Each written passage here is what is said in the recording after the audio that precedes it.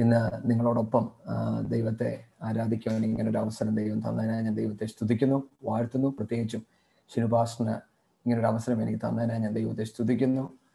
എല്ലാത്തിനേക്കാൾ ഉപരിയായിട്ട് ഇന്നത്തെ ഈ മീറ്റിംഗ് എൻ്റെ ജീവിതത്തിൽ ഒരു വലിയ അനുഗ്രഹമാണ്. കാരണം ഈ മീറ്റിങ്ങിൻ്റെ കാര്യം പറഞ്ഞപ്പോൾ തൊട്ട് ഞാൻ പ്രാർത്ഥിക്കുമ്പോൾ പരിശുദ്ധാത്മാവ് എന്നോട് സംസാരിച്ച കുറേ കാര്യങ്ങൾ അതെനിക്ക് വലിയ അനുഗ്രഹമായിരുന്നു. ഇന്ന് നമ്മൾ ഒരുമിച്ച് വചനം ധ്യാനിക്കുമ്പോൾ ആ വചനം നിങ്ങളോടും ഇടപെടട്ടെ എന്ന് ഞാൻ പ്രാർത്ഥിക്കുന്നു. ഓൺലൈനിലുള്ള എല്ലാവരെയും I want to thank you for this time. നമുക്ക് ഒരുമിച്ച് ദൈവവചനം ധ്യാനിക്കുവാൻ ദൈവം നമ്മളെ സഹായിക്കട്ടെ. പ്രാർത്ഥനയോടെ ദൈവസന്നിധിയിൽ നമുക്കായിരിക്കാം. നമുക്ക് ആസ് വി മെഡിറ്റേറ്റ്, നമ്മൾ മെഡിറ്റേറ്റ് ചെയ്യുന്ന സമയത്ത് നമ്മുടെ പ്രാർത്ഥന ഇതായിരിക്കണം: ദൈവമേ, അങ്ങയോട് ചേർന്ന് നടക്കുവാൻ എൻ്റെ ജീവിതത്തിൽ എന്തെങ്കിലും കുറവുണ്ടെങ്കിൽ എന്നോട് ഇടപെടണമേ എന്ന് നമ്മൾ ഓരോ പേരും പ്രാർത്ഥിക്കണം. ഞാൻ നേരത്തെ പറഞ്ഞ പോലെ ഞാൻ ഈ മീറ്റിങ്ങിൻ്റെ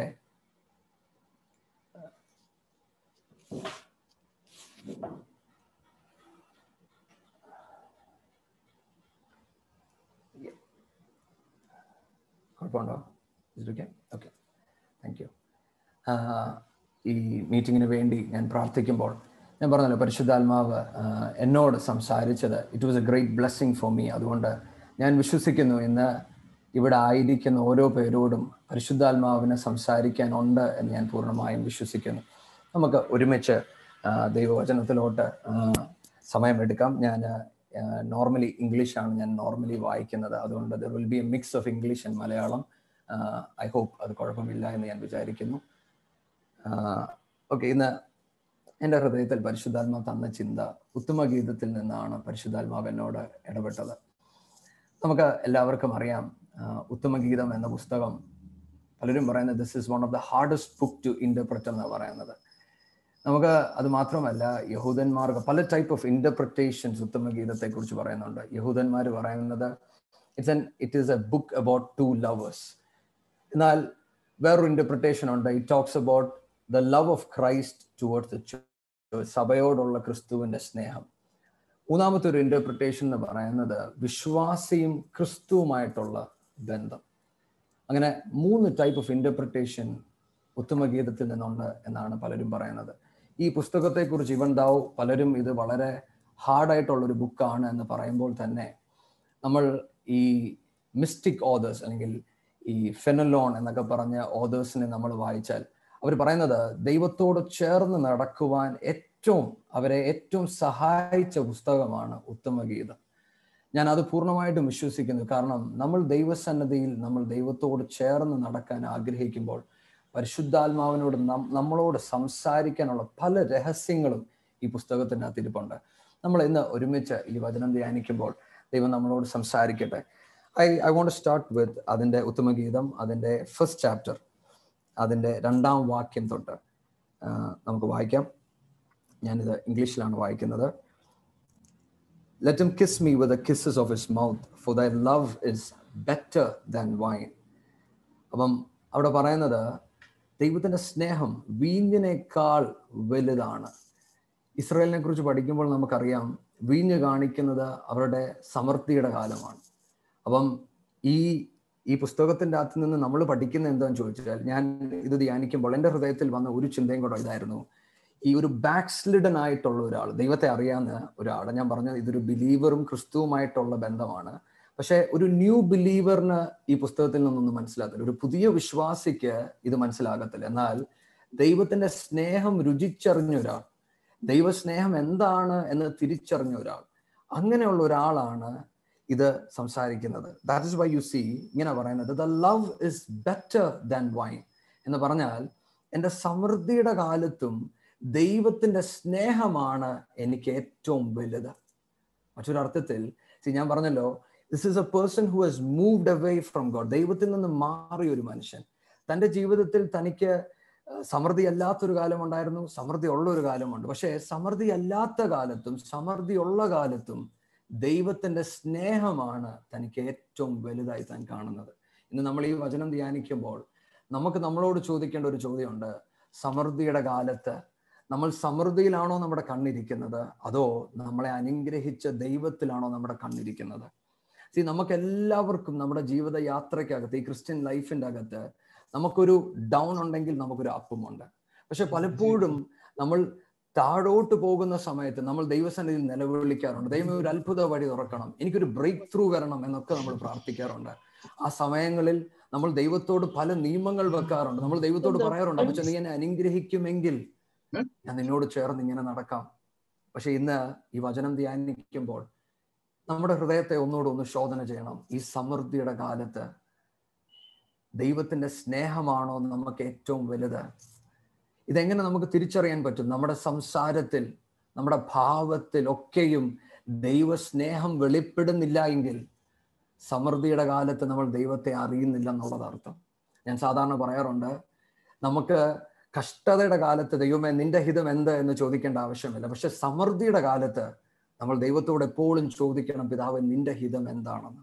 കാരണം സമൃദ്ധിയുള്ള സമയത്ത് it is easy to miss God.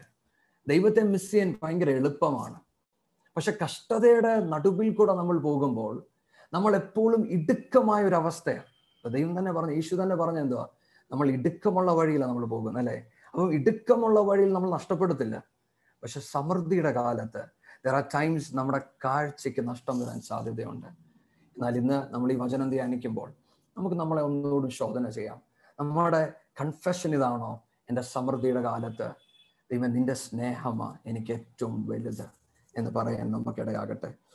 മൂന്നാമത്തെ വാക്യം, because of the savor of thy good ointments, thy name is as an ointment poured forth, therefore do the virgins love thee.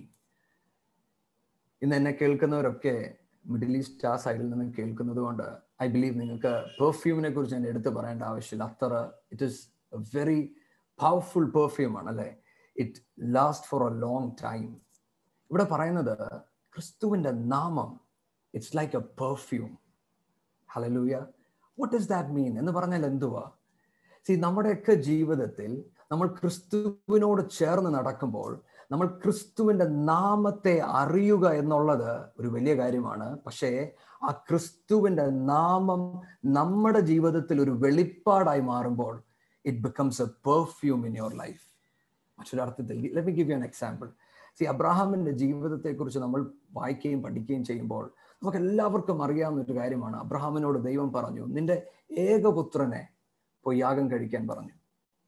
യാഗം കഴിക്കാൻ വേണ്ടി അബ്രഹാം തീരുമാനം എടുക്കുമ്പോൾ തൻ്റെ അകത്ത് വേദനയുണ്ട്, തൻ്റെ അകത്ത് പ്രയാസമുണ്ട്. And it was A sacrificial obedience.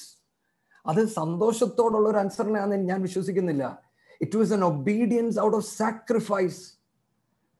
അങ്ങനത്തെ ഒരു അനുസരണയിൽ അബ്രഹാം നടന്നപ്പോൾ താൻ ദൈവത്തിന്റെ നാമത്തിന്റെ ഒരു വെളിപ്പാട് കണ്ടു. ആ വെളിപ്പാടായിരുന്നു യഹോവ ജൈറ. ഹല്ലേലൂയ. ഇന്ന് എന്നെ കേൾക്കുന്ന ചിലവരോട് ഞാൻ പറയട്ടെ, നിങ്ങളുടെ ജീവിതത്തിന്റെ ചില ഞെരുങ്ങിയ അവസ്ഥകൾ കൂടെ നിങ്ങൾ കടന്നു പോവുകയാണെങ്കിൽ, if God is speaking to some of you, നിങ്ങൾ ചില സാക്രിഫിഷ്യൽ ആയിട്ടുള്ള ചില ഒബീഡിയൻസ് നിങ്ങൾ ചെയ്താൽ ദൈവത്തിന്റെ നാമത്തെ നിങ്ങൾ അറിയുക മാത്രമല്ല, അതൊരു വെളിപ്പാടായി മാറും. ഹല്ലേലൂയ. അത് വെളിപ്പാടായിട്ട് മാറിയാൽ അത് നിങ്ങൾക്ക് മാത്രമല്ല സുഗന്ധം, നിങ്ങളോട് കൂടെ നടക്കുന്നവർക്കും കൂടെ ഇതൊരു സുഗന്ധമായി മാറും. ഹല്ലേലൂയ. ഞാൻ വിശ്വസിക്കുന്നു, ഞാൻ ഈ വചനം പറയുമ്പോൾ നിങ്ങൾ ചിലർ നിങ്ങളുടെ ജീവിതത്തിന്റെ അകത്ത് if you are going through some problems, ദൈവത്തിന്റെ നാമം എടുത്ത് പ്രാർത്ഥിച്ചാലും ദൈവമേ നീ എന്നോടൊന്ന് വെളിപ്പെടണം. അബ്രഹാമിനോട് വെളിപ്പെട്ടതുപോലെ നീ എന്നോടൊന്ന് വെളിപ്പെടണം. ഹല്ലേലൂയ. ആ നാമം നമുക്ക് വെളിപ്പെട്ട് വരുമ്പോൾ it becomes like a perfume.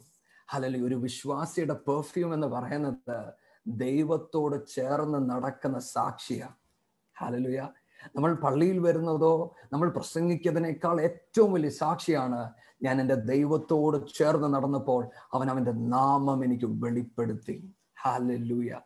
ഇങ്ങനെയുള്ളൊരു വിശ്വാസിയാണ് പറയുന്നത്, എൻ്റെ സമൃദ്ധി കാലത്തും എൻ്റെ ദുഃഖമുള്ള കാലത്തും എനിക്ക് വലുത് എൻ്റെ ക്രിസ്തുവിൻ്റെ സ്നേഹം.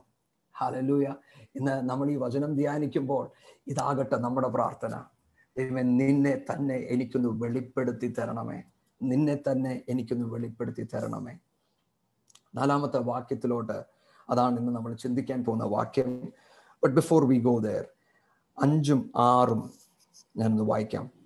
I am black but comely, O ye daughters of Jerusalem, as the tenders of Kedar, as the curtains of Solomon. look not upon me, because I am black, because the sun hath looked upon me. My mother's children were angry with me. They made me the keeper of the vineyards, but mine own vineyard have I not kept. ചുലങ്കരത്തി പറയുവാണ്, എന്നെ കാണാനൊന്നും കൊള്ളത്തില്ല. എന്തുകൊണ്ടാണെന്നറിയാവോ?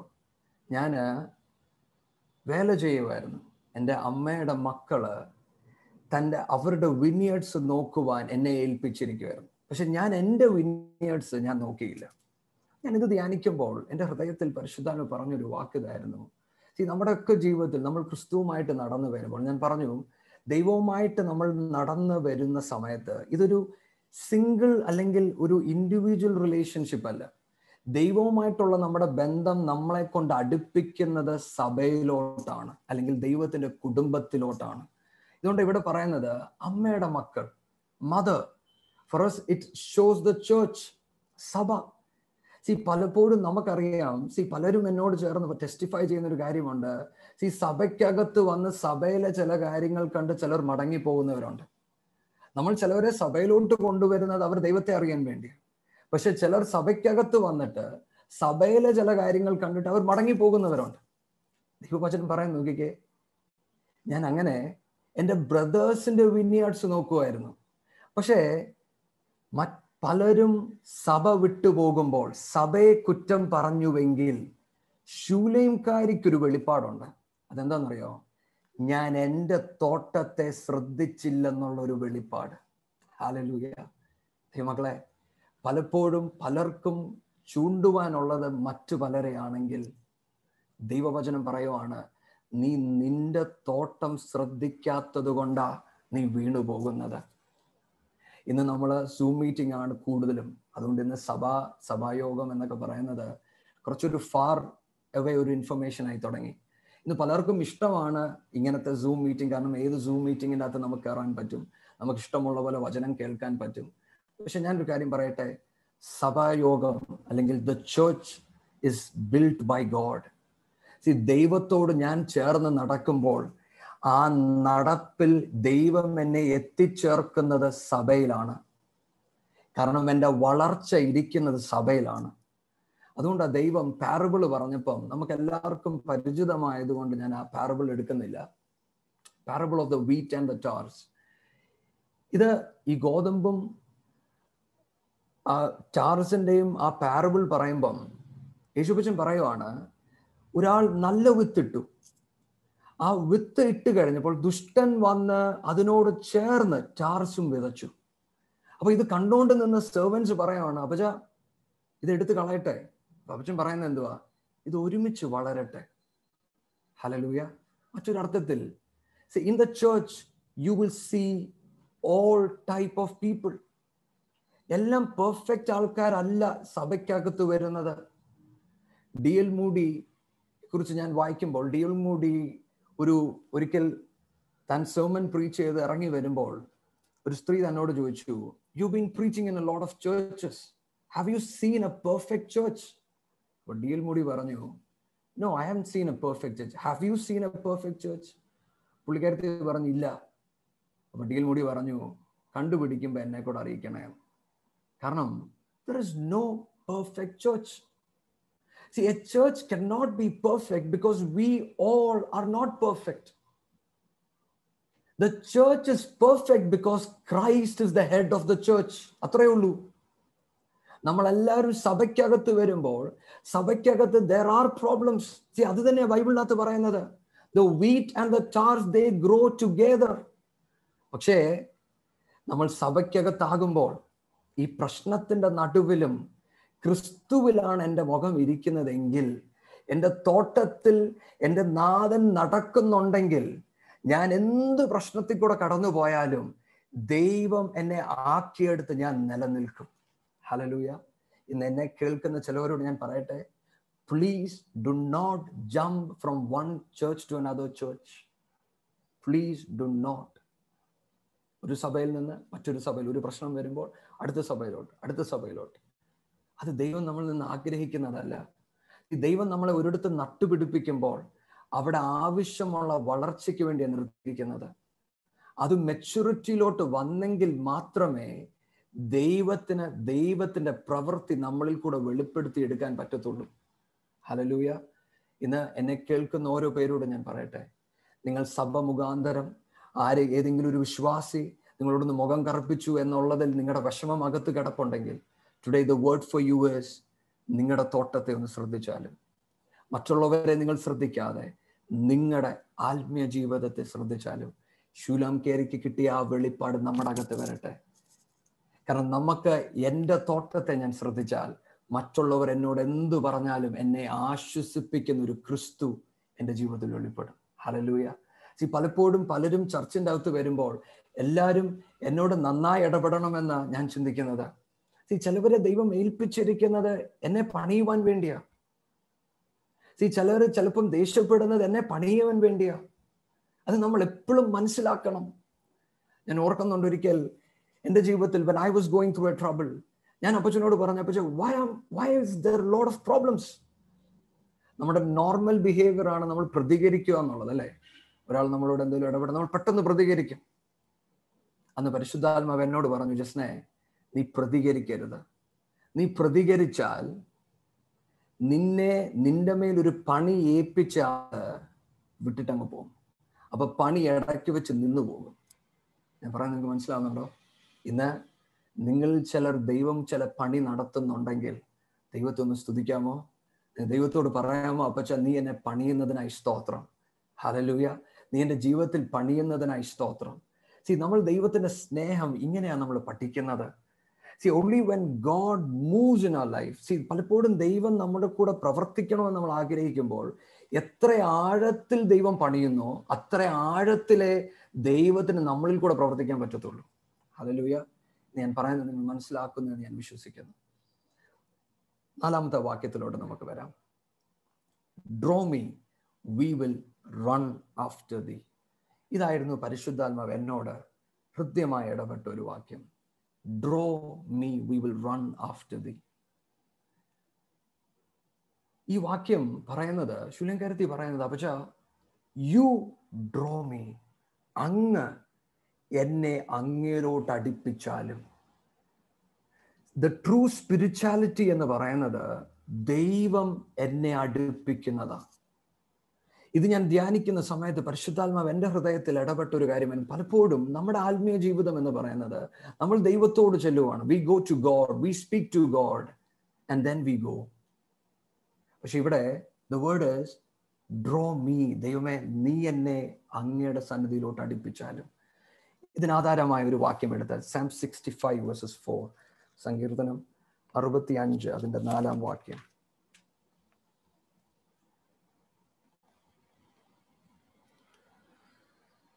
നിന്റെ പ്രാകാരങ്ങളിൽ പാർക്കേണ്ടതിനും നീ തെരഞ്ഞെടുത്ത് അടുപ്പിക്കുന്ന മനുഷ്യൻ ഭാഗ്യവാൻ. ശ്രദ്ധിച്ചോ word? Blessed is the man whom the Lord chooses to approach the courts of the Lord. അപ്പൊ ഇതാരാ ചെയ്യുന്നത്? ഇത് വലിയവനായ ദൈവമാണ് ചെയ്യുന്നത്. It is God's job to draw you and me into his presence. അതുകൊണ്ട് അവിടെ എഴുതിയിരിക്കുന്നത്, he will draw you. He is the one who chooses you and causes you. 2 വാക്കാണ് ഉപയോഗിക്കുന്നത്, choose and cause എന്ന് പറഞ്ഞാൽ, ഒരു ഉദാഹരണം പറയുകയാണെങ്കിൽ, നമ്മളൊരു ജോലിക്ക് ഒരു ഇന്റർവ്യൂവിന് പോകുന്നു. അവിടെ ഇന്റർവ്യൂ ചെയ്യുന്ന സമയത്ത് ഏതാണ്ട് ഒരു 10 പേര് ഇന്റർവ്യൂവിന് വേണ്ടിയുണ്ട്. അപ്പം ഇന്റർവ്യൂ കഴിഞ്ഞ് കഴിയുമ്പോൾ അതിൽ നിന്ന് അവർക്ക് ആവശ്യമുള്ളവരെ അവർ ചൂസ് ചെയ്യുവാണ്. 10 പേര് വന്നു, പക്ഷേ they will choose the right people, the right candidate. Number 1, അതാണ് choose. Number 2, ചൂസ് ചെയ്ത ഉടനെ, എന്നെ ഒരു കമ്പനിയിൽ എടുത്താൽ എന്നെ അവർ ഇന്റർവ്യൂ ചെയ്യുമ്പം അവർക്ക് ആവശ്യമുള്ളതെല്ലാം എന്നിൽ നിന്ന് ചോദിച്ചറിഞ്ഞാലും ഞാൻ ചെന്ന് കയറുന്ന ഉടനെ അവരെന്നെ ജോലി ഏൽപ്പിക്കുമല്ല, മറിച്ച് അവരെന്നെ ട്രെയിൻ ചെയ്യാൻ തുടങ്ങും. ആ ട്രെയിനിങ്ങിന് ശേഷം മാത്രമേ ഞാൻ ജോലി ചെയ്യാൻ തുടങ്ങത്തുള്ളൂ. മറ്റൊരു അർത്ഥത്തിൽ they are causing me to work. ഇതാണ് ഇവിടെ ഉപയോഗിക്കുന്ന വേർഡ്. എൻ്റെ ദൈവം എന്നെ തെരഞ്ഞെടുത്തു, എന്നിട്ട് he causes me to come closer. പലപ്പോഴും നമ്മൾ ദൈവസന്നിധിയിൽ വരുമ്പോൾ ദൈവത്തിന്റെ തെരഞ്ഞെടുപ്പുണ്ട്. ഇതുകൊണ്ടാണ് നമ്മൾ പ്രാർത്ഥിക്കേണ്ടത് ദൈവസന്നിധിയിൽ വരുമ്പോൾ, Lord, draw me to your presence. ഇത് ധ്യാനിക്കുമ്പോൾ എൻ്റെ ഹൃദയത്തിൽ ഉണ്ടായ ചിന്ത ഇതായിരുന്നു, അപ്പച്ചാ എത്രയോ പ്രാവശ്യം എനിക്ക് ദൈവസന്നിധിയിൽ വരാൻ പറ്റും. I come easily in to your presence. നമ്മൾ വന്ന് പ്രാർത്ഥിക്കും, പക്ഷെ do you listen to the voice of God? പരിശുദ്ധാത്മാ നമ്മളോട് സംസാരിക്കുന്നുണ്ടോ? പരിശുദ്ധാത്മാ നമ്മളോട് ഇടപെടുന്നുണ്ടോ? നമ്മൾ പ്രാർത്ഥിക്കുമ്പോൾ what happens is it becomes a religion. When you pray and you hear nothing, it becomes a religion. നമ്മൾ ദൈവശബ്ദം കേൾക്കുന്നില്ല എങ്കിൽ it becomes a religion. പക്ഷെ നമുക്കൊരു ആശ്വാസമാണ്, ഞാൻ പ്രാർത്ഥിച്ചു. ഞാൻ പറയുന്നത് നിങ്ങൾക്ക് മനസ്സിലാകുന്നത് ഞാൻ വിശ്വസിക്കുന്നു. See, God expects us to listen to his voice. ഞാൻ എന്തുകൊണ്ടാണ് ഇത് പറയുന്നതെന്ന് ഞാൻ മുന്നോട്ട് പറഞ്ഞു തരാം. ഈ ഒരു കാര്യം നമ്മൾ ചിന്തിക്കുമ്പോൾ നമ്മുടെ ഹൃദയത്തിൽ പെട്ടെന്ന് വരുന്ന അടുത്തൊരു ചിന്തയാണ് എബ്രായർ 10 അതിന്റെ 19 തൊട്ട് 21 വരെയുള്ള വാക്യങ്ങൾ. I want you to go there. എബ്രായർ 10, Hebrews 10. നമുക്കെല്ലാവർക്കും അറിയാവുന്ന വാക്യമായത്. Having therefore, brethren, boldness to enter into the holiest by the blood of Jesus. അതിവിശുദ്ധ സ്ഥലത്ത് ഇന്ന് നമ്മൾ ഓരോ പേരും ഇത്ര ഫ്രീഡമായിട്ട് കയറുന്നതിന്റെ കാരണം ക്രിസ്തുവിന്റെ രക്തം നിമിത്തം. Because Jesus has died for us and paid the price for us so that we can enter into the holy of holies. അപ്പം ഞാൻ ആദ്യം പറഞ്ഞു, നിങ്ങൾ മനസ്സിലാക്കണം, നമ്മൾ ദൈവസന്നിധി പ്രാർത്ഥിക്കണം, പിതാവേ draw me into your presence. പുതിയ നിയമ വിശ്വാസികളായ നമ്മൾ ഇന്ന് അതിവിശുദ്ധ സ്ഥലത്ത് കയറുന്നത് ക്രിസ്തുവിന്റെ രക്തം നിമിത്തമാണ്. ക്രിസ്തുവിന്റെ രക്തം നമ്മളെ പൊതിയുന്നത് കൊണ്ട് ഇന്ന് നമുക്ക് അതിവിശുദ്ധ സ്ഥലത്ത് കയറാം. ഇത് ഞാൻ ധ്യാനിക്കുമ്പോഴാണ് എൻ്റെ ഹൃദയത്തിൽ പെട്ടെന്നുണ്ടായ ഒരു ചിന്തയായിരുന്നു. നമ്മൾ എസ്തേറിനെ കുറിച്ച് വായിക്കുമ്പോൾ ഇങ്ങനെ എഴുതിയിരിക്കുന്നത്, താൻ രാജാവിനെ കാണുന്നതിന് മുന്നേ തനിക്ക് ഒരു ട്രെയിനിങ് ഉണ്ട്. ഒരു 12 മാസം 12 months താൻ രാജാവിനെ കാണുന്നതിന് മുന്നുള്ള എക്യുപ്പിംഗ് ടൈം. നിങ്ങൾ മനസ്സിലാക്കണം, ഈ ലോകത്തിലെ ഒരു രാജാവ്, ആ രാജാവിനെ കാണാൻ 12 മാസം എടുത്തു ഒരുങ്ങാൻ. എന്നിട്ടാ അകത്ത് കയറിയത്. ഞാൻ ക്യൂൻ എലിസബത്തിനെ കുറിച്ച് ഞാൻ ഒരിക്കൽ വായിച്ചപ്പം, പുള്ളിക്കാരത്തിയെ കാണാൻ വേണ്ടി ഒരാൾക്ക് അപ്പോയിൻമെന്റ് കിട്ടിയാൽ ഏതാണ്ട് ഒരാഴ്ചയോളം ട്രെയിനിങ് ഉണ്ട്. 1 week ട്രെയിനിങ് ഉണ്ട്.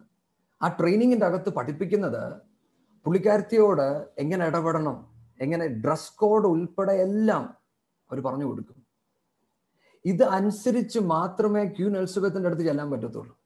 അതിൽ രസകരമായ കാര്യം, അവർ പറയുന്നൊരു കാര്യമുണ്ട്. ഇപ്പൊ ക്യൂൻ എലിസബത്തിന്റെ അടുത്ത് ചെന്നാൽ, ഇപ്പൊ എനിക്കൊരു അപ്പോയിന്റ്മെന്റ് കിട്ടിയാൽ ഞാൻ അങ്ങോട്ട് ചെന്നിട്ട് സംസാരിച്ചു തുടങ്ങാൻ പറ്റത്തില്ല. പുള്ളിക്കാരത്തി ഇങ്ങോട്ട് സംസാരിച്ചെങ്കിലേ എനിക്ക് സംസാരിക്കാൻ പറ്റത്തുള്ളൂ. ഇനി പുള്ളിക്കാരത്തി സംസാരിച്ചില്ലെങ്കിൽ വെറുതെ ഇവിടെ നിന്നിട്ട് തിരിച്ചു തരാവുന്നേ ഉള്ളൂ. അപ്പൊ ഞാനിത് വായിച്ചപ്പം എനിക്ക് ഭയങ്കര രസകരമായി തോന്നിയത്, ഒരു ലോകത്തിലെ വൺ ഓഫ് ദ കിങ്ഡത്തിലുള്ള ഒരു മൊണാർക്കിനെ ഞാൻ മീറ്റ് ചെയ്യണമെങ്കിൽ ചില പ്രോട്ടോകോൾസ് ഉണ്ട്. അങ്ങനെങ്കിൽ രാജാതി രാജാവിനെ മീറ്റ് ചെയ്യുവാൻ നമുക്ക് പ്രോട്ടോകോൾസ് ഉണ്ടോ ഇല്ലയോ? പരിശുദ്ധാത്മാവ് എൻ്റെ ഹൃദയത്തിൽ ഇടപെട്ട ഒരു കാര്യമായിരുന്നു, is there a protocol? Yes, there is a protocol. പക്ഷെ ഇന്ന് ഞാനും നിങ്ങളും അതിവിശുദ്ധ സ്ഥലത്ത് ഇത്ര ഫ്രീ ആയിട്ട് കയറുന്നതിന്റെ കാരണം എൻ്റെ യേശു ഒരു വില കൊടുത്തു. My Jesus paid a price with his blood. ആ ഒരൊറ്റ കാരണം കൊണ്ടാ ഈ അതിവിശുദ്ധ സ്ഥലത്തോട്ട് നമുക്ക് ഇത്ര ഈസി ആയിട്ട് അകത്ത് കയറി ചെല്ലാൻ പറ്റുന്നത്. കാരണം ഇത് ഭയങ്കര ഇമ്പോർട്ടൻ്റ് ആയ ഒരു കാര്യം. പണ്ട് പഴയ നിയമത്തിൽ നമ്മൾ വായിക്കുന്നത് അതിവിശുദ്ധ സ്ഥലത്തൊരു പ്രീസ്റ്റ് കയറാൻ വർഷത്തിൽ ഒരിക്കൽ മാത്രമേ അവസരമുള്ളൂ. ഇനി കയറിയാലോ കാലിൽ ചങ്ങലയിട്ട് അകത്ത് കയറുന്നത്. ഞാൻ ചോദിക്കട്ടെ, നമ്മൾ ദൈവസന്നിധിയിൽ വരുമ്പോൾ നമ്മൾ ഇതേ ഭയത്തിലാണോ ദൈവത്തിൻ്റെ അടുത്ത് വരുന്നത്? നമ്മുടെ അകത്ത് ഈ ഭയമുണ്ടോ? ഞാൻ മീറ്റ് ചെയ്യാൻ പോകുന്നത് ഒരു അതിവിശുദ്ധനായ ഒരു ദൈവത്തെയാണ്. He's the king of kings എന്ന് നമ്മുടെ ഹൃദയത്തിന്റെ അകത്തുണ്ടോ? ഇന്ന് നമ്മൾ ഈ പ്രാർത്ഥനയ്ക്കകത്ത് I pray that God would speak to each one of us. ഹോളിയുടെ ഓപ്പോസിറ്റ് ആണ് കോമൺ. നമ്മൾ ഈ ദൈവവുമായിട്ട് ഇടപെട്ട് പ്രാർത്ഥനയൊക്കെ സ്ഥിരമായിട്ട് നടക്കുന്നത് കൊണ്ട് now everything is common. നമ്മൾ ഏത് പോസ്റ്ററിലും ദൈവത്തോട് ഇടപെടും. ഏത് രീതിയിലും ദൈവത്തോട് ഇടപെടും. പക്ഷെ ഇന്ന് പരിശുദ്ധാത്മാ നമ്മളോട് പറയുവാണ്, ഞാനും നിങ്ങളും അതിവിശുദ്ധ സ്ഥലത്ത് നിൽക്കുന്നതിന്റെ കാരണം it's because he has paid a price and the price was big. തന്റെ രക്തം കൊണ്ട് താൻ വില കൊടുത്തത് കൊണ്ട് ഞാനും നിങ്ങളും ഇന്ന് അതിവിശുദ്ധ സ്ഥലത്തിരിക്കുന്നത്. അടുത്തത് 22-ാം വാക്യം.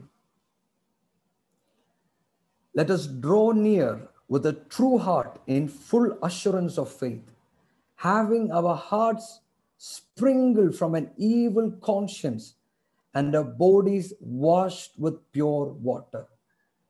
ഈ അതിവിശുദ്ധ സ്ഥലത്ത് വരുമ്പോൾ ഞാൻ എങ്ങനെ വരണം? With a pure heart. എന്നിട്ട് our hearts sprinkled from an evil conscience. മനസാക്ഷി എന്ന് പറയുന്ന ഒന്ന് ഇന്ന് നമുക്ക് ദൈവം തന്നിട്ടുണ്ട്. നമ്മൾ ഈ അതിവിശുദ്ധ സ്ഥലത്ത് വരുമ്പോൾ, ദൈവസന്നിധിയിൽ വരുമ്പോൾ നമ്മൾ എങ്ങനെ അറിയാൻ പോകുന്നത് എൻ്റെ ജീവിതം വിശുദ്ധമാണോ അല്ലയോ എന്ന് ഞാൻ എങ്ങനെ തിരിച്ചറിയും? തിരുവചനം പറയുന്നു, വിത്ത് ദ കോൺഷ്യൻസ്, മനസാക്ഷി. ഈ മനസാക്ഷി ഇതൊരു അലാറമാണ്, ഇതൊരു ഗൈഡിങ് സിസ്റ്റമാണ്. ഇതിനാ പരിശുദ്ധാത്മാവ് നമുക്ക് ഈ കോൺഷ്യൻസ് തന്നിരിക്കുന്നത്. ഇത് നിങ്ങൾക്ക് മനസ്സിലാക്കാൻ വേണ്ടി ഐ വോണ്ട് യു ടു, നമുക്കറിയാവുന്ന പാരബിൾ ആണ് മാത്യു 22 അതിൻ്റെ 11, 13. മാത്യു 22, മത്തായി 22 അതിൻ്റെ ആ പാരബിൾ നമുക്കറിയാവുന്നത് കൊണ്ട് ഞാൻ ആ പാരബിൾ വായിക്കുന്നില്ല. പക്ഷെ അതിന് 11 തൊട്ട് 13 വരെ ഞാൻ വായിക്കാം. വിരുന്നുകാരെ നോക്കുവാൻ രാജാവ് അകത്ത് വന്നപ്പോൾ കല്യാണ വസ്ത്രം ധരിക്കാത്ത ഒരു മനുഷ്യനെ അവിടെ കണ്ടു. സ്നേഹിത, നീ കല്യാണ വസ്ത്രം ഇല്ലാതെ ഇവിടെ അകത്ത് വന്നത് എങ്ങനെ എന്ന് ചോദിച്ചു. എന്നാൽ അവന് വാക്കുമുട്ടിപ്പോയി. രാജാവ് ശുശ്രൂഷക്കാരോട്, ഇവനെ കൈയും കാലും കെട്ടി ഏറ്റവും പുറത്തുള്ള ഇരുട്ടിൽ തള്ളിക്കളയുവൻ, അവിടെ കരച്ചിലും പല്ലുകടിയും ഉണ്ടാകും എന്ന് പറഞ്ഞു. ഇത് നമുക്കറിയാവുന്ന ഒരു പാരബിളാണ്. ഈ പാരബിൾ നമ്മൾ പലയിടത്ത് കേട്ട കാര്യമാണ്. പക്ഷെ ഞാൻ ഈ വചനം ധ്യാനിക്കുമ്പോഴാണ് പരിശുദ്ധാത്മാവ് എന്നെ ഈ ഒരു വേർഡിലോട്ട് എന്നെ ഓർമ്മപ്പെടുത്തിയത്. നമുക്കറിയാം, ഒരു രാജാവ് തൻ്റെ പുത്രന്റെ കല്യാണത്തിന് വേണ്ടി അനേകർക്ക് ക്ഷണക്കത്തയച്ചു. എന്നാൽ ക്ഷണം കിട്ടിയവർ വരാതിരുന്നപ്പോൾ വഴിയോരത്തിൽ കണ്ടവരെ ഒക്കെയും വിളിച്ച് കല്യാണത്തിന് കയറ്റി. അപ്പൊ രാജാവ് ഇവരെ നോക്കാൻ വന്നപ്പോൾ ഒരാൾക്ക് കല്യാണ വസ്ത്രമില്ല. അതാണ് നമ്മൾ വായിച്ചത്. നമ്മൾ നോർമലി നമ്മുടെ ഒരു ഇന്റർപ്രിട്ടേഷൻ ആണ് നീതി വസ്ത്രം. That's absolutely right. പക്ഷേ പരിശുദ്ധാത്മാവ് എൻ്റെ ഹൃദയത്തിൽ തന്നൊരു ചിന്ത ഞാൻ പറയട്ടെ. നമ്മളൊന്ന് ആലോചിച്ച് നോക്കിയേ, നമ്മളൊരു കല്യാണത്തിന് പോയി, എല്ലാവർക്കും ഒരു വേഷമുണ്ട്, എല്ലാവരും വെള്ള വസ്ത്രം ഇട്ടുകൊണ്ട് വന്നു. ഓക്കെ, ഞാനൊരു കറുത്ത ഷർട്ട് ഇട്ടുകൊണ്ട് വന്നേ. നിശ്ചയമായിട്ടും എൻ്റെ അകത്തൊരു ചോദ്യം കാണത്തില്ലേ, ഇതെന്താടാ എല്ലാവരും വെള്ള വസ്ത്രം ഇട്ടുകൊണ്ടിരിക്കുന്നതെന്ന്? അല്ലേ? നിശ്ചയമായിട്ടൊരു ചോദ്യം കാണും അല്ലേ? സംതിങ് ഇസ് നോട്ട് റൈറ്റ് എന്നൊരു ചിന്ത എൻ്റെ അകത്ത് വരണം. ഹല്ലേലൂയ. ഈ ഒരു ചിന്തയാണ് മനസാക്ഷി. അവർ കോൺഷ്യൻസ് ഇസ് വെരി ഇമ്പോർട്ടൻറ്റ്. ഇതാ ഞാൻ പറഞ്ഞേ, ഈ കോൺഷ്യൻസ് നമ്മുടെ ഗൈഡിങ് സിസ്റ്റം അല്ല. പരിശുദ്ധാത്മാവ് നമ്മളെ ഗൈഡ് ചെയ്യും. പക്ഷേ കോൺഷ്യൻസ് എന്ന് പറയുന്നത് ഇറ്റ്സ് ലൈക്ക് എൻ അലാറം. എന്തെങ്കിലും ഒരു തെറ്റ് സംഭവിച്ചാൽ ഈ അലാറം അടിക്കും. It's like A radar.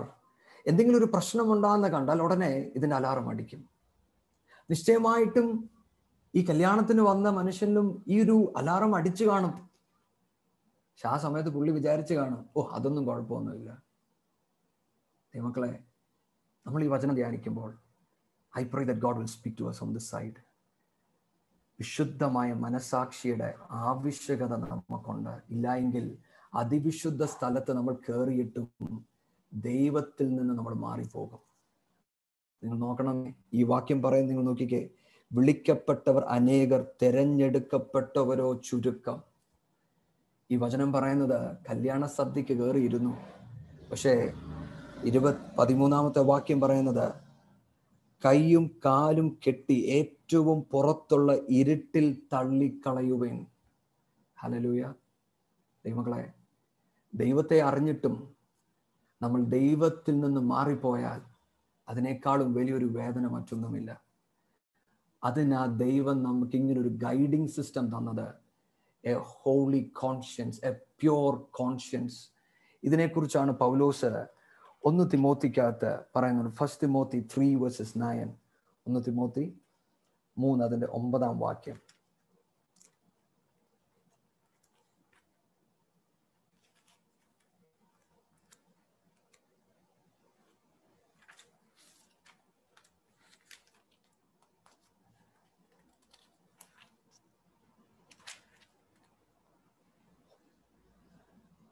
അവർ വിശ്വാസത്തിന്റെ മർമ്മം ശുദ്ധ മനസാക്ഷിയിൽ വെച്ചുകൊള്ളുന്നവർ ആയിരിക്കണം.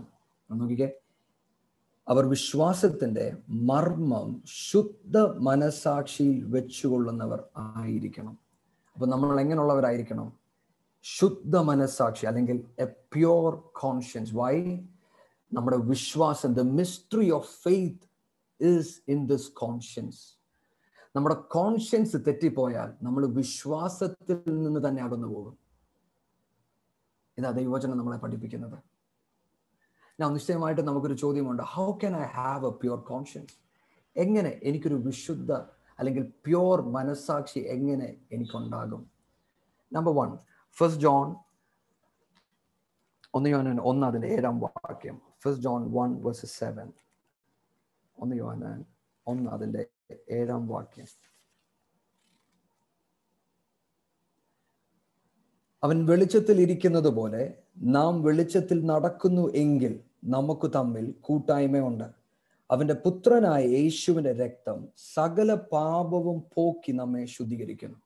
അപ്പൊ നമ്പർ 1, നമുക്കൊരു പ്യൂർ കോൺഷ്യൻസ് ഉണ്ടാകണമെങ്കിൽ നമ്മൾ വെളിച്ചത്തിൽ നടക്കുന്നവരായിരിക്കണം.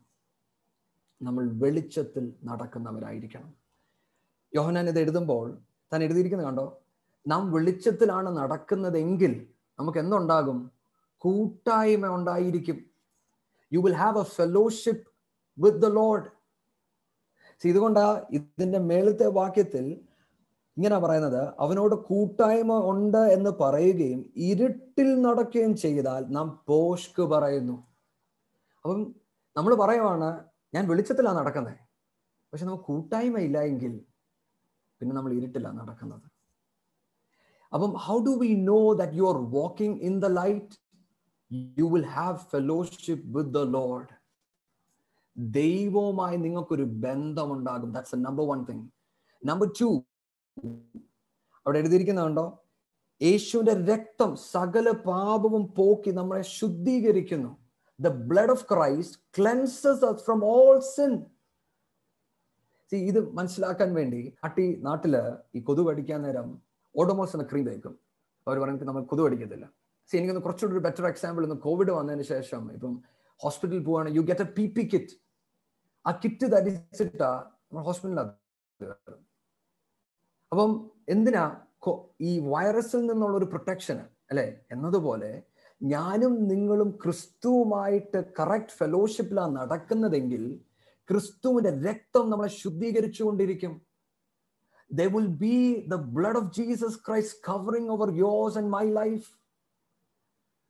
ആ ശുദ്ധീകരണം നമ്മൾ വെളിപ്പെടുക മാത്രമല്ല, പാപത്തെക്കുറിച്ചുള്ള നമ്മുടെ കാഴ്ചപ്പാടിന് വ്യത്യാസമുണ്ടാകും.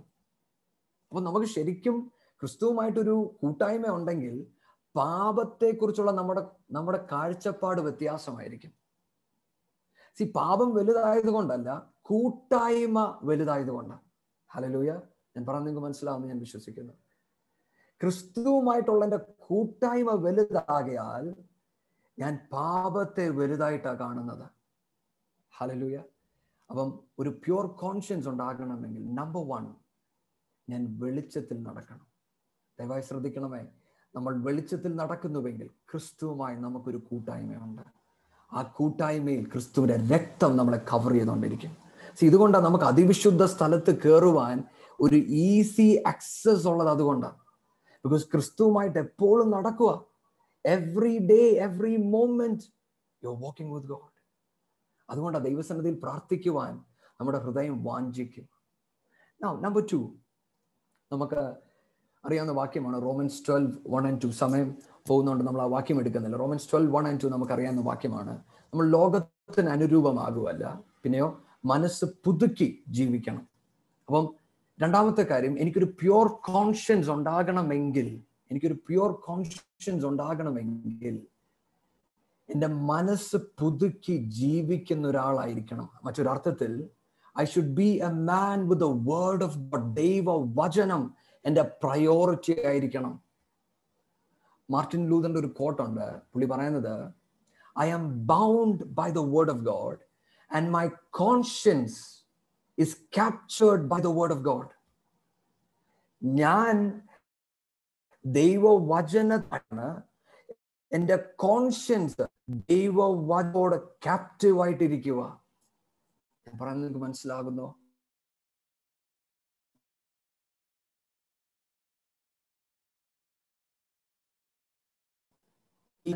The word of God should be your priority.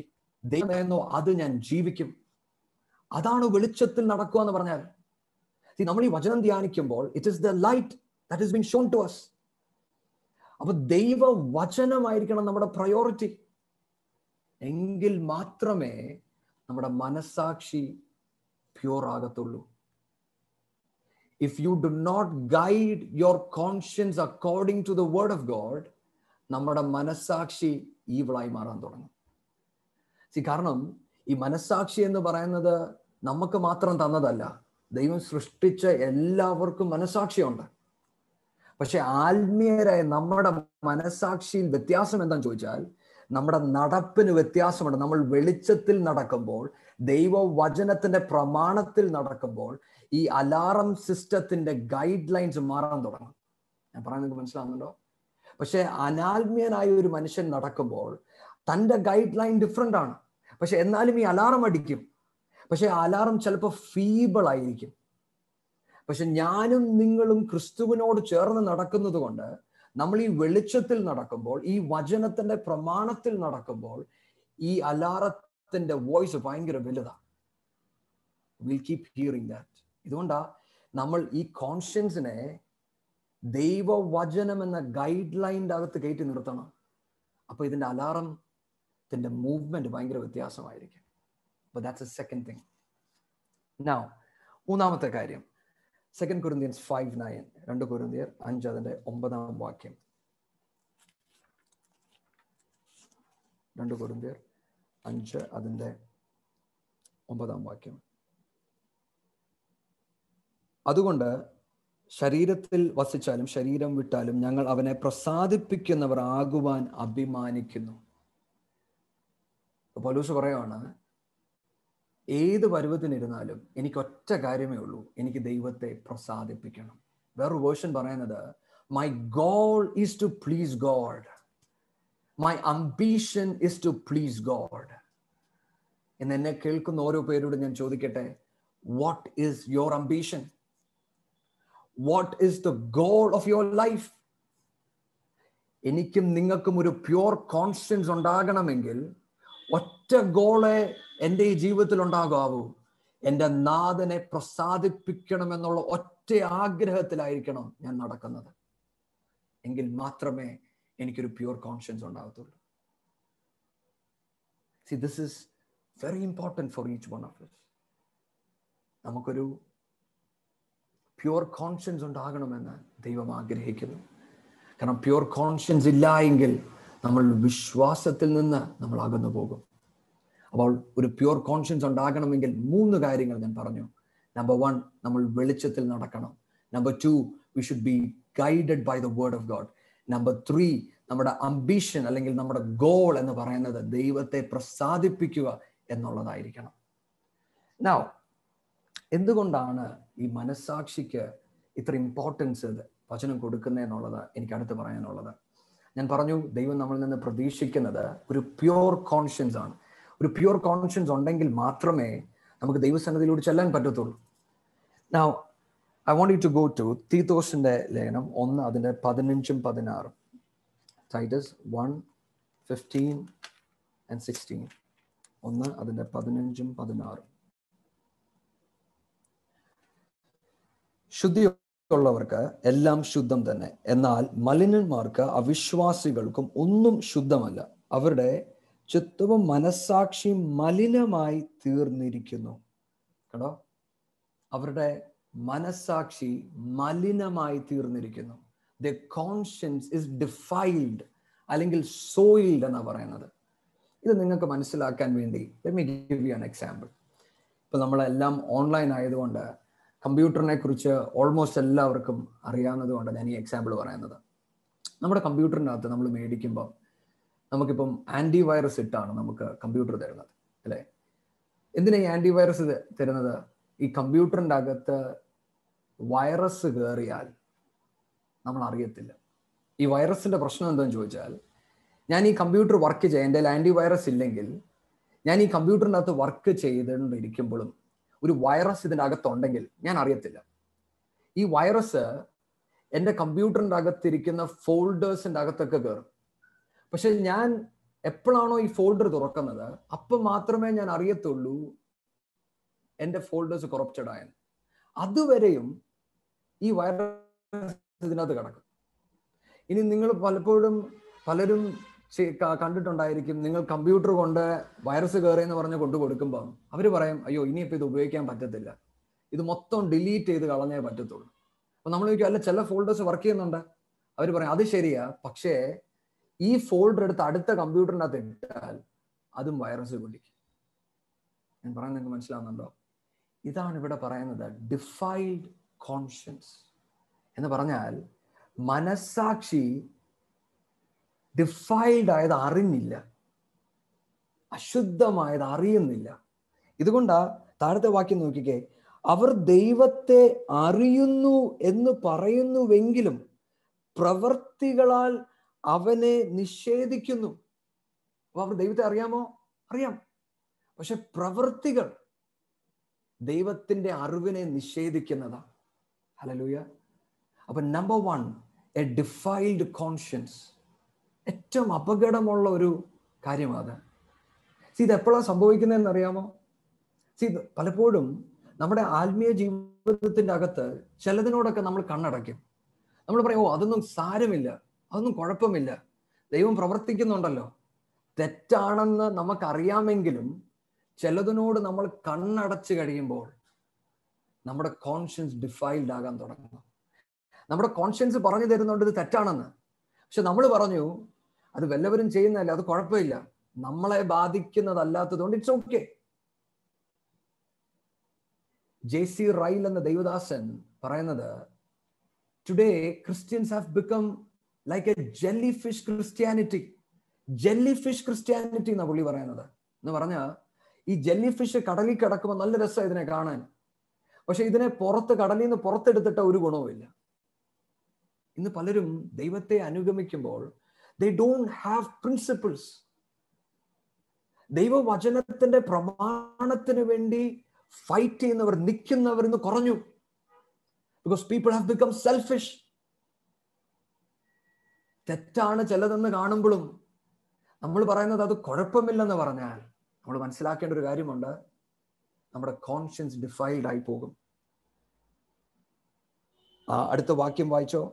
അനുസരണം കെട്ടവരും യാതൊരു നല്ല കാര്യത്തിനും കൊള്ളരുതാത്തവരുമായി പോകുന്നു. ഇങ്ങനെയുള്ളവരെ കൊണ്ട് ഒരു ഗുണവും ഇല്ല. ഇതാ ഞാൻ നിങ്ങളോട് നേരത്തെ പറഞ്ഞേ, ഈ വൈറസ് ഈ ലാപ്ടോപ്പിന്റെ അകത്ത് കയറിയാൽ പിന്നെ ഈ ലാപ്ടോപ്പിന്റെ അകത്തിരിക്കുന്ന സർവ്വ സാധനവും ഡിലീറ്റ് ചെയ്യുമെന്നല്ലാതെ വേറെ ഒരു നിവൃത്തിയില്ല. എന്നതുപോലെ നമ്മുടെ മനസ്സാക്ഷി ഡിഫൈൽഡ് ആയി പോയാൽ ദൈവമക്കളെ, നമ്മൾ തെറ്റാണ് ചെയ്യുന്നത് നമ്മൾ തിരിച്ചറിയാതായി പോകും. ഇതുകൊണ്ടാ ദൈവാത്മാവ് നമ്മളോട് സംസാരിക്കുന്നത്, ഒരു വിശുദ്ധമായ ഒരു മനസ്സാക്ഷിക്ക് വേണ്ടി നമ്മൾ പ്രാർത്ഥിക്കണം. നമ്മുടെ ജീവിതം അതിനൊത്ത് ക്രമീകരിക്കണം. നമ്മൾ ദൈവവുമായി ഈ വെളിച്ചത്തിൽ നടക്കുമ്പോൾ, നമ്മുടെ മനസ്സാക്ഷിക്കകത്തൊരു അലാറം അടിക്കുമ്പോൾ എന്തൊക്കെ നഷ്ടപ്പെട്ടെന്ന് വന്നാലും അത് ചെയ്യാതെ നമ്മൾ മാറി നടക്കണം. കാരണം നമ്മുടെ മനസ്സാക്ഷി കളങ്കപ്പെട്ടാൽ നമ്മൾ പോലും അറിയത്തില്ല നമ്മൾ ദൈവസന്നിധിയിൽ മാറിപ്പോകുന്നത്. അപ്പൊ നമ്പർ 1, ഡിഫൈൽഡ് കോൺഷ്യൻസ്. അടുത്തത്, I want you to read first Timothy 4 അതിന്റെ 1-2. 1 തിമോത്തി 4 അതിന്റെ 1-2.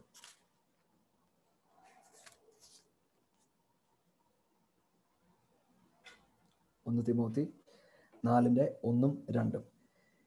എന്നാൽ ഭാവി കാലത്ത് ചിലർ വ്യാജാത്മാക്കളെയും ഭൂതങ്ങളെയും ഉപദേശങ്ങളെയും ആശ്രയിച്ച് ഭോഷ്ക് പറയുന്നവരുടെ കപടത്താൽ വിശ്വാസം ത്യജിക്കുമെന്ന് ആത്മാവ് തെളിവായി പറയുന്നു. അവർ സ്വന്തം മനസ്സാക്ഷിയിൽ ചൂടുവെച്ചവരായി ഇരിക്കുന്നവരാണ്.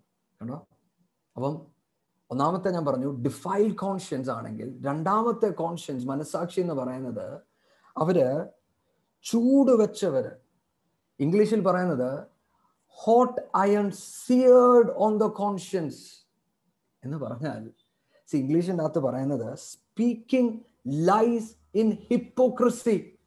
കള്ളത്തരം, ഹിപ്പോക്രസി എന്ന് പറഞ്ഞാൽ ഹിപ്പോക്രസിയുടെ മറ്റൊരു വേർഡ് ആക്ടർ ആക്ടർ എന്ന് പറഞ്ഞാൽ എനിക്കറിയാം ഞാൻ ചെയ്യുന്ന തെറ്റാണെന്ന്, പക്ഷെ എന്നിട്ടും ഒന്നും അറിയാത്തവനെ പോലെ അഭിനയിക്കുന്ന ഒരു മനുഷ്യൻ. എന്റെ മനസ്സാക്ഷിക്കകത്ത് ഭയങ്കര അലാറം അടിക്കുന്നുണ്ട്, ജസ്നെ this is wrong, don't do it. ഞാൻ എന്തോ ചെയ്യുന്നതെന്നറിയോ? ഈ അലാറത്തെ അടിച്ചങ്ങ് പൊട്ടിച്ചു. ഇനിയിപ്പോ ഈ അലാറം വർക്ക് ചെയ്യത്തില്ല. എന്തിനാ ഈ അലാറം വെച്ചിരുന്നത്? ഇതെന്നെ ഗൈഡ് ചെയ്യാൻ വേണ്ടിയാണ്. പക്ഷെ ഇപ്പൊ ഞാൻ ചെയ്തത് എന്താണെന്നറിയോ? ഈ അലാറത്തെ ഞാൻ അങ്ങ് നശിപ്പിച്ചു. നേരത്തെ അങ്ങനല്ല. നേരത്തെ ഡിഫൈൽഡ് എന്ന് പറഞ്ഞത് അലാറം ഉണ്ട്, പക്ഷേ അത് കൊറപ്റ്റഡ് ആയിപ്പോയി. പക്ഷെ ഇവിടെ ഞാൻ അലാറത്തെ അങ്ങ് നിർത്തിക്കളഞ്ഞു. മക്കളെ, നമ്മളിത് വളരെ ശ്രദ്ധിക്കണം. നമ്മുടെ ആത്മീയ ജീവിതത്തിൻ്റെ അകത്ത് നമ്മൾ അഭിനയിക്കുന്നവരായി മാറരുത്. We shouldn't be actors. നമ്മൾ മനസ്സിലാക്കേണ്ടത് ഇത് വിശ്വാസികളോട് എഴുതിയതാ, അവിശ്വാസികളോട് എഴുതിയതല്ല ഇതൊന്നും. ഇതെല്ലാം വിശ്വാസികളോടാണ് എഴുതി വെക്കുന്നത്.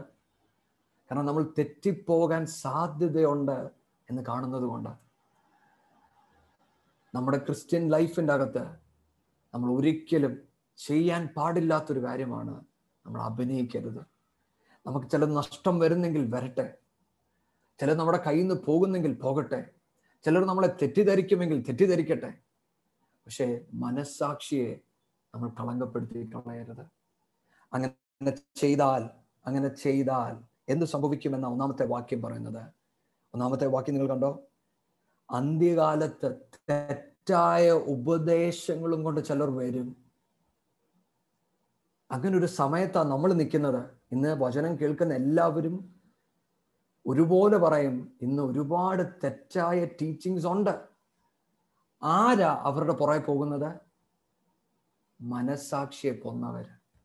I want you to read സങ്കീർത്തനം 125 അതിന്റെ 5-ാം വാക്യം. Psalms 125 അതിന്റെ 5-ാം വാക്യം.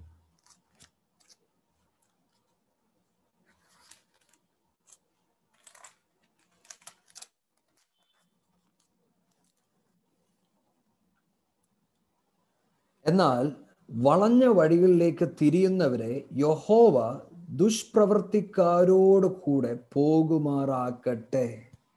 ഇംഗ്ലീഷിനകത്ത് പറയുന്നത് has for such as turn aside unto their crooked ways, the Lord shall lead them forth with the workers of iniquity. ആണോ?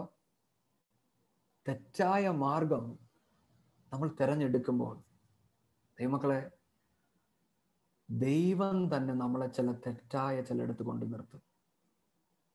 ഇന്ന് നമ്മൾ ഈ വചനം ധ്യാനിക്കുമ്പോൾ നമ്മുടെ അകത്തൊരു ഭയം ഉണ്ടാകണം. ഈ അതിവിശുദ്ധ സ്ഥലത്ത് നമ്മുടെ സൗകര്യം, നമ്മുടെ രീതിയിലൊന്നും കയറാൻ പറ്റത്തില്ല. നമ്മുടെ ഈ ഗൈഡിങ് സിസ്റ്റം നമ്മുടെ അകത്തിരിപ്പുണ്ട്. ഇതിനെ നമ്മൾ വളരെ സൂക്ഷിച്ചുപയോഗിക്കണം. പുറത്തിരിക്കുന്ന എല്ലാവർക്കും അറിയാം, നിങ്ങളുടെയൊക്കെ വീട്ടിൽ ഒരു ഫയർ അലാറം ഉണ്ടല്ലേ?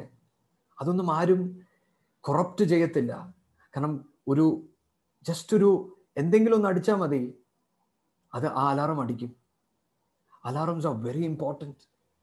ദൈവമക്കളെ, ദൈവവചനം പറയുന്നത് കേട്ടോ, നമ്മൾ തെറ്റായ മാർഗത്തിൽ പോകുമ്പോൾ നമ്മൾ ചെന്നുപെടുന്നത് തെറ്റായ വഴികളിലായിരിക്കും. ഒരു ദൈവദാസൻ സ്വർഗവും നരകവും കണ്ട ഒരു ദർശനത്തിൻ്റെ അകത്ത് താൻ പറയുന്ന ഒരു കാര്യമുണ്ട്. താൻ കണ്ട ദർശനത്തിൻ്റെ അകത്ത് ഇങ്ങനെ കണ്ടു, സഭായോഗം നരകത്തിൽ നടക്കുന്ന പുള്ളി കണ്ടെന്നാ പറയുന്നത്. അവിടെ വർഷിപ്പ് നടക്കുന്ന കണ്ടു, പ്രസംഗിക്കുന്നതും കണ്ടെന്നാണ് പറയുന്നത്. I believe it is true. കാരണം സദൃശ്യവാക്യം പറയുന്നു the congregation of the dead എന്ന ബൈബിളിൻ്റെ അകത്തുണ്ട്. അങ്ങനെയെങ്കിൽ തെറ്റായ വഴിയിൽ പോകുവാൻ എപ്പോഴാണ് സംഭവിക്കുന്നതെന്ന് ചോദിച്ചാൽ, നമ്മൾ ദൈവത്തിൻ്റെ ആ ഗൈഡിങ് സിസ്റ്റത്തിനെ നമ്മൾ നിർത്തിക്കളയുമ്പോഴാണ് നമ്മൾ തെറ്റായ ഉപദേശങ്ങളിൽ പെട്ടുപോകുന്നത്. നിശ്ചയമായിട്ട് നമ്മളിത് ചിന്തിക്കുമ്പോൾ നമ്മുടെ ഹൃദയത്തിൻ്റെ അകത്തൊരു ചിന്തയുണ്ട്, ഈ തെറ്റായിട്ട് ആണ് പോകുന്നതെങ്കിൽ ഇവരെല്ലാം ഫ്ലോറിഷ് ചെയ്യുന്നില്ലേ? സാംസ് 28:3 ഒന്ന് എടുത്തേ. സാംസ് 28:3, 28 അതിന്റെ 3-ാം വാക്യം.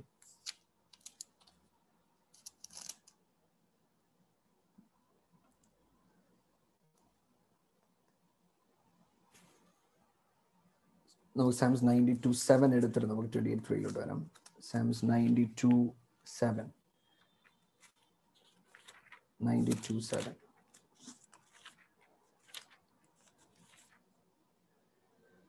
ദുഷ്ടന്മാർ പുല്ലുപോലെ മുളയ്ക്കുന്നതും നീതികേട് പ്രവർത്തിക്കുന്നവരൊക്കെയും തഴയ്ക്കുന്നതും എന്നേക്കും നശിച്ചു പോകേണ്ടതിനാകുന്നു.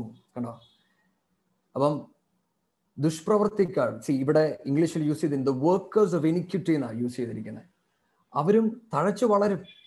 ഇന്ന് പലർക്കും ഇത് ദൈവം തന്നെ പ്രവർത്തിക്കുന്നു. തെറ്റായ പഠിപ്പീര് കേട്ടാലും ചിലർ പറയുന്നത് ഇല്ല, ഇത് ദൈവം പ്രവർത്തിക്കുന്നുണ്ട്. എന്താ കാര്യം? അവർ നന്നായി തഴയ്ക്കുന്നുണ്ട്, അവർ നന്നായി വളരുന്നുണ്ട്. പക്ഷെ ദൈവവചനം പറയുവാണ് അവർ തഴച്ചു വളരും. they will grow. അതുകൊണ്ടാണ് മാത്യുവിൻ്റെ അകത്ത് യേശുക്രിസ്തു പറഞ്ഞത്, എൻ്റെ നാമത്തിൽ ചിലർ പ്രവചിക്കും, സൗഖ്യമാക്കും. പക്ഷെ യേശുവിൻ്റെ ഉത്തരം എന്തുവാ? ഞാൻ നിങ്ങളെ അറിയുന്നില്ല, ഞാൻ നിങ്ങളെ അറിയുന്നില്ല. ദൈവമക്കളെ, 2 മനസ്സാക്ഷിയെക്കുറിച്ച് നമ്മൾ പറഞ്ഞു. ഒന്ന് ഡിഫൈൽഡ് കോൺഷ്യൻസ്, 2 ഡെഡ് കോൺഷ്യൻസ്. ദൈവം നമ്മളെക്കുറിച്ച് ആഗ്രഹിക്കുന്നത് that we will have a pure conscience. ദൈവം നമ്മളിൽ നിന്ന് എന്താ ആഗ്രഹിക്കുന്നതെന്ന് കൂടെ വായിച്ചിട്ട് ഞാൻ പെട്ടെന്ന് നിർത്താം. 1 തിമോത്തി 1 അതിൻ്റെ 5-6. 1 തിമോത്തി 1:5-6. 1 തിമോത്തി 1 അതിൻ്റെ 5-6.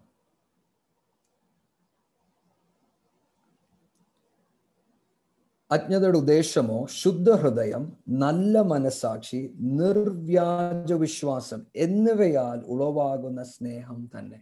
അപ്പോൾ ദൈവം നമ്മളിൽ നിന്ന് പ്രതീക്ഷിക്കുന്ന കാര്യങ്ങൾ എന്തൊക്കെയാണ്? ശുദ്ധഹൃദയം, 2 നല്ല മനസാക്ഷി, 3 നിർവ്യാജ വിശ്വാസം. നമ്മൾ ഈ വചനം ധ്യാനിക്കുമ്പോൾ ഈ 3 കാര്യങ്ങളും നമ്മൾ ശ്രദ്ധിക്കണം.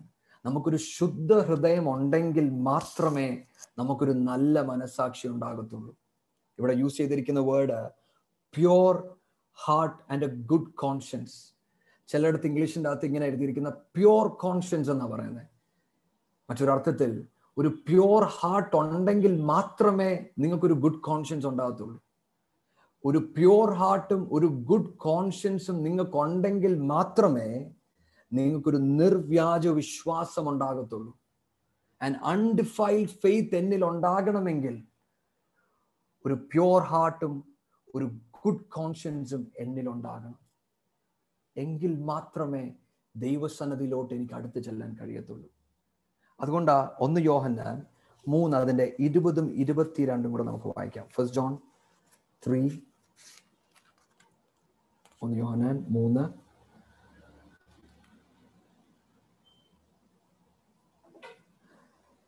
അതിൻ്റെ 20-ാം വാക്യം.